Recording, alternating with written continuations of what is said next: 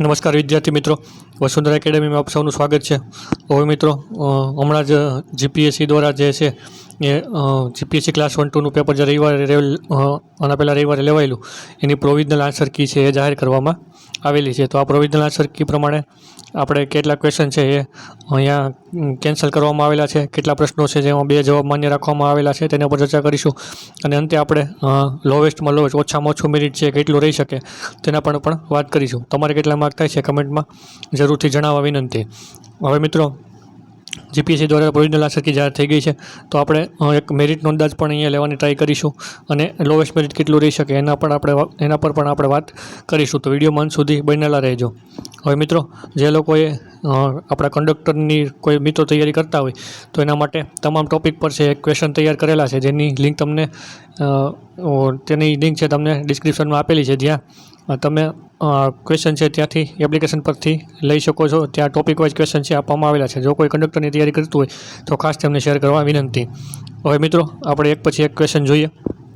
તો સૌપ્રથમ આ ક્વેશ્ચન જો કે રદ કરવામાં નથી આવેલો, પણ ઘણાને કન્ફ્યુઝન હતી એટલા માટે લીધો છે કે 2011ની વસ્તી ગણતરી મુજબ ભારતમાં સ્થળાંતરનું સૌથી મોટું કારણ કયું છે? તો ઘણા બધા લોકો રોજગાર લાગતા હતા અને અલ્પ વિકસિત પ્રાદેશિક અર્થતંત્ર, આ બંને જવાબ કહેતા હતા. પણ અહીંયા છે લગ્ન જવાબ સાચો બનશે અને આ છે એકદમ 100% સાચો છે. અહીંયા કોઈ ફેરફાર કરવામાં આવશે નહીં. હવે આ ક્વેશ્ચન છે એ જીપીએસસીની અંદર આની પહેલાં પૂછાઈ ગયેલો ક્વેશ્ચન છે, એટલે કે PYQ છે, આની આગળ પૂછાઈ ગયેલો સવાલ છે.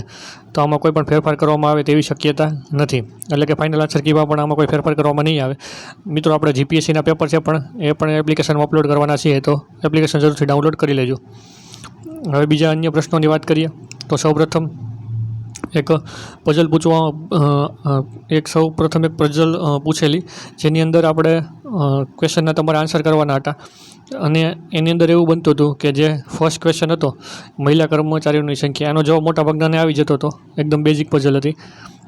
તો આમ તો વેન આકૃતિનો ઉપયોગ પણ કરી શકો તો થોડોક અઘરો પડે, પણ અહીંયા એવું બનતું હતું કે જો તમે વ્યવસ્થિત શાંતિથી ટકાવારી પ્રમાણે જોતા જાઓ તો આનો આન્સર મળી જાય એમ હતો.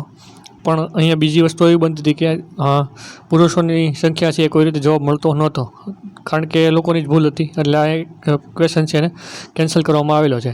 તો અહીંયા પ્રોવિઝનલ આન્સર કીમાં જે 40 નંબરનો ક્વેશ્ચન છે એ પણ કેન્સલ કરવામાં આવેલો છે. પછી આગળ આ પ્રકારના પ્રશ્નો છે, તો આની અંદર છે તમારો અભિપ્રાય કોઈક અલગ હોઈ શકે અને અલગ જવાબ પણ આવી શકે. તો આવા પ્રકારના પ્રશ્નોમાં છે ઘણા બધાને ભૂલ થઈ ગઈ હોઈ શકે, અથવા તો બધાને છે જવાબ અલગ અલગ આવી શકે છે. આ પ્રશ્નમાં કોઈ ફેરફાર કરવામાં નથી આવેલો. પછી બીજી વસ્તુ, એક ક્વેશ્ચન પૂછવામાં આવેલો, લોકસભામાં ચૂંટણીના સંચાલન પર થયેલા ખર્ચ કોણ ભોગવે છે?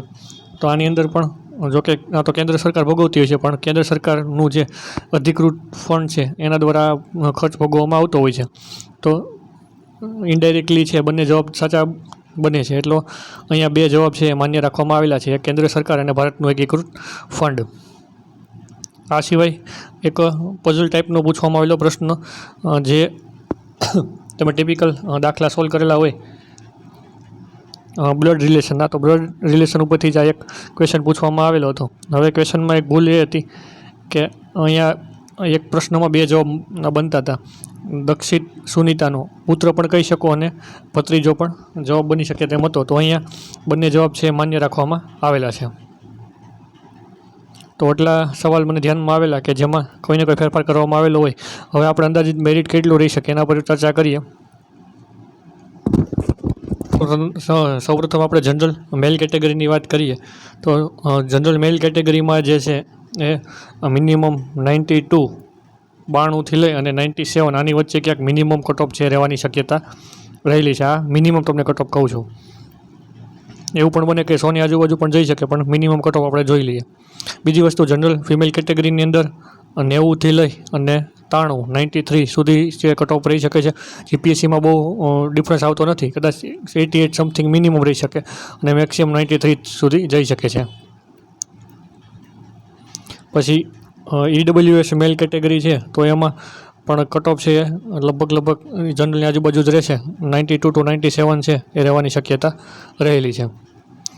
પછી EWS ફિમેલ કેટેગરી છે, તો એમાં સમથિંગ 90 એટલે કે 90ની આજુબાજુ કટઓફ રહેવાની શક્યતા રહેલી છે. +- or -2 હોઈ શકે છે. પછી એસસીબીસી મેલ કેટેગરી છે તો એમાં તમને ખબર છે કે જનરલ અને એસસીબીસી એ બંને કટ ઓફ એક જ હોય છે, તો 92 92થી લઈને 97 સુધી રહી શકે છે.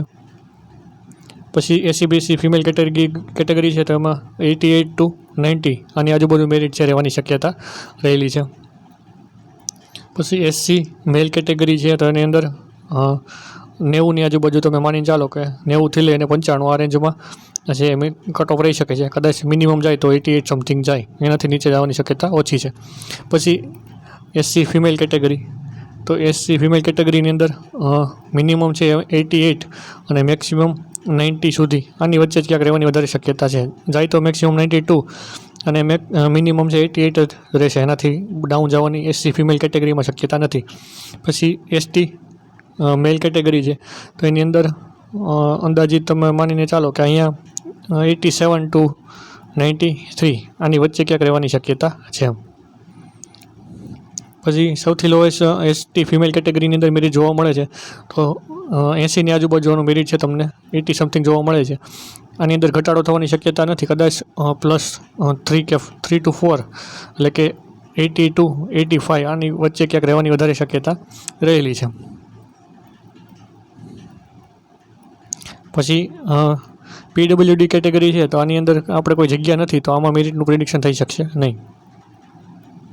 હવે એક્સ આર્મીમેનનું ઘણા પૂછતા તો એક્સ આર્મીમેનનું મેરિટ છે એ ઘણીવાર વેરી કરતું હોય છે, પણ તમારે જો 75 to 80 એક્સ આર્મીમેનની કેટેગરીમાં એટલા થતા હોય તો ખાસ મેન્સની તૈયારી છે એ ચાલુ કરી જ દેવી જોઈએ.